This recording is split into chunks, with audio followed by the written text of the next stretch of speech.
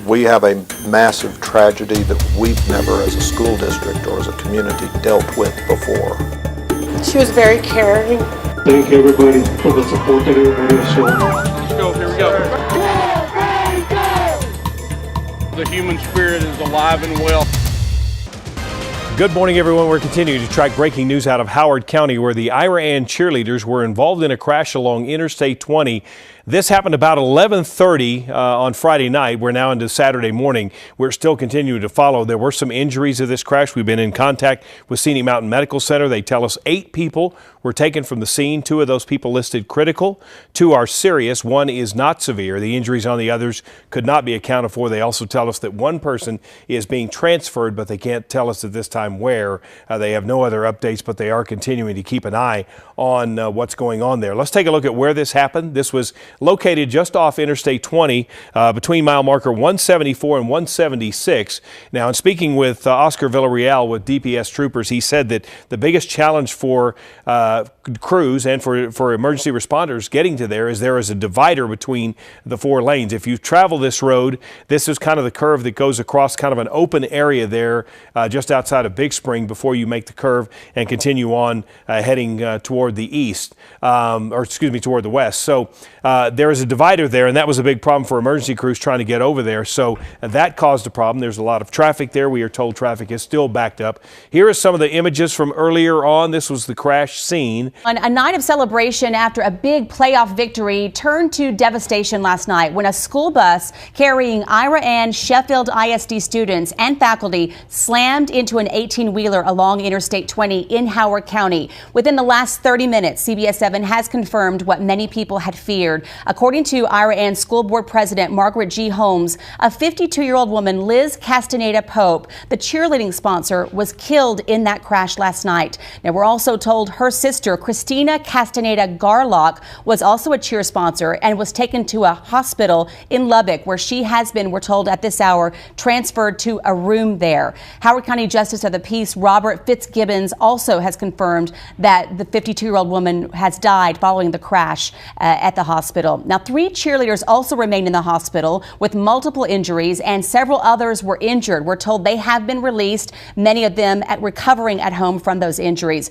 You're looking at video right now from the scene last night. The bus was headed back to campus following that playoff football game in Colorado City, where the Iraan Braves defeated Monday High School. It was carrying cheerleaders and faculty, driving on some roads that were in some places under construction and covered in a light rain last night as well. Now, according to Scenic Mountain Medical Center, 8 people were originally injured, including 2 who were in critical condition. We do have some updates, and we are confirming that a 52-year-old woman, the cheer sponsor, was killed in that crash. We're going to go right now, joined live on the phone by Margaret G. Holmes. She is the president of the Iraan Sheffield ISD School District. Margaret, thank you so much for taking time to join us this morning. Now, we have crews all across West Texas this morning who are working to get you the latest details and also make some confirmations about the conditions and the people who were involved in this crash. We are in Iraan as that community is now forced to deal with this tragic turn of events. So we want to begin our live coverage right now with our team. CBS 7's Sarah Holden was first on the scene overnight in the Big Spring area. She joins us now live with the latest on the condition of the people in the crash and how things are moving along there. Sarah, what can you tell us? The activity surrounding the Iraan bus crash has slowed down a little bit here at Scenic Mountain Medical Center here in Big Spring. I was just inside of the hospital in a couple of the waiting rooms, and I actually didn't see anyone inside. I spoke to some of the hospital administration staff who tells me that the majority of the people who were here from Iraan started leaving around somewhere between 4:30 and 5 in the morning, and they also told me that the remainder of those visitors and family members left when the victims were transported to another hospital. As we know, weather was obviously a factor in this accident, so I'm going to send it over to our weather authority, Tom Teeverteller, for more information. Tom?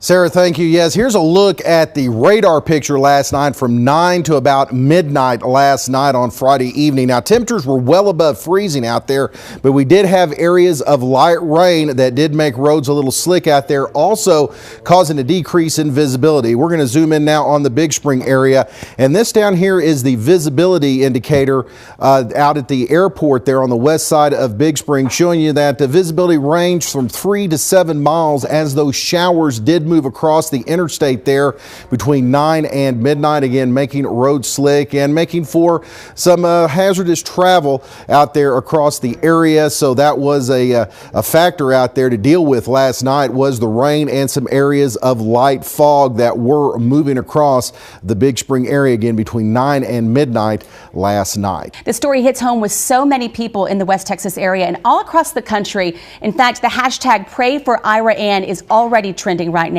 We're also seeing an image that reads Pray for Ira Ann all over social media as people change their profile pictures and send messages. You're looking at some pictures right now of the Ira Ann football team and the cheerleaders. You know, such a happy time for that area, for their school as they continue to promote and move forward in the playoffs. Lots of people are posting all across the country that they are praying. You know, this really hits home for so many of us who have children who are in extracurricular activities. You really stop to think, what would it be like? You can understand fully what it would be like to have a child who is traveling down these roads, whether it's in band or cheerleader or football players. It hits home and it helps you to understand that this could be your child as well. A couple of things we want to bring you up to date on as well. We have been told, according to the Chamber of Commerce in Ira Ann and Sheffield area, they have postponed tonight's plan for Santa's visit and the light up event for the Christmas holiday. They're going to be providing further details, but right now that has been postponed for tonight. And I also want to let you know, a lot of people are wondering what happened with this crash. We have been in contact with DPS troopers who are investigating all night, overnight, into the morning, and a lot of this will become now a process. So we have been told from DPS troopers we will be finding out more about what led to this crash later in the afternoon. As you can imagine, this happened late. Lots of people were working and investigating overnight into the very early morning hours. They have some paperwork to complete and fill out, maybe even try to go home and get a little bit of sleep. So we anticipate finding out a lot of details as we continue to work this story and move through the day about what led to the crash. And of course, we have our crews who are remaining in Ira Ann and the Sheffield area to try to connect with some of these families as they share with us what it was like to learn this information last night. So I want to give you just one more recap if you are just joining us, and we're going to take a look at some video from last night. We have confirmed within about the last half hour, according to the school board president in Ira Ann, that one person was killed in this bus crash. 52-year-old Liz Castaneda Pope, who was the cheerleading sponsor, died in this crash last night. We are also told her sister, who was also a cheer sponsor, Christina Castaneda Garlock, was severely injured as well. She has been transferred to a hospital in Lubbock. We're told that she has been moved to a private room, so we hope that that is good news. We also know that 3 cheerleaders remain in the hospital tonight with multiple injuries, and several other cheerleaders were injured. Many of those have been released to go home to their families, but injuries and those 3 cheerleaders who are still in the hospital. We are going to stay on this story throughout the day and, of course, bring you any information that we have. We have crews working this case, this story everywhere. Moving to Lubbock, that's where 3 of the victims are currently recovering. CBS 7's Amanda DeBerry joins us now live from the hospital with the latest on their conditions. Amanda, good evening. Jay, as you just mentioned, I have been here at the University Medical Center in Lubbock since earlier today, speaking to the families of each victim. Now, here's just a quick rundown of each of their conditions. CBS 7 received a traffic report that has shed some light on exactly what happened last night. That report from the Department of Public Safety states that the cheerleader bus crashed into a freight liner towing a semi-trailer just 1 mile west of Big Spring on Interstate 20. The 2 male passengers of the freight liner managed to avoid injury, but cheerleading sponsor Liz Pope was later pronounced dead at Scenic Mountain Medical Center. Liz's sister, Christina Garlock, another adult passenger in the bus, was also transported to the hospital with serious injuries, along with 6 other teenage passengers, all members of the cheer squad. The report also confirmed that road conditions were wet from falling rain. Meanwhile, just as the crash unfolded, DPS reports a black Dodge Challenger stopped at the scene but left a short time later without DPS troopers getting any information from the driver. The driver was labeled as a key witness. Today, that driver contacted the department, and investigators say they gave them a better understanding of what happened on Friday night. DPS spokesperson Oscar Villarreal says the driver may have seen what caused a car in front of the 18-wheeler to slam on its brakes, causing that crash. Well, right now, as you can see over my shoulder, DPS is back on location here at I-20 in Big Spring between mile marker 174 and 176, where this tragedy occurred on Friday evening. Right now, they're attempting to figure out what exactly transpired, trying to retrace the steps of what it was that happened here on Friday night. After the crash, that first day back in class was certainly an emotional one. We were there as one of the injured cheerleaders was welcomed back to Iraan High School, and needless to say, it was filled with tears, hugs, and of course, lots of love. The sign says it all. Pray for Iraan. But the people here aren't the only ones praying. People from all over West Texas are coming here today to show their support on this first day back in school. It's Kiara Hodges' first time back on campus. She says these are her first steps of healing. I need to be with all my friends. It'll make me feel a lot better when I see everybody.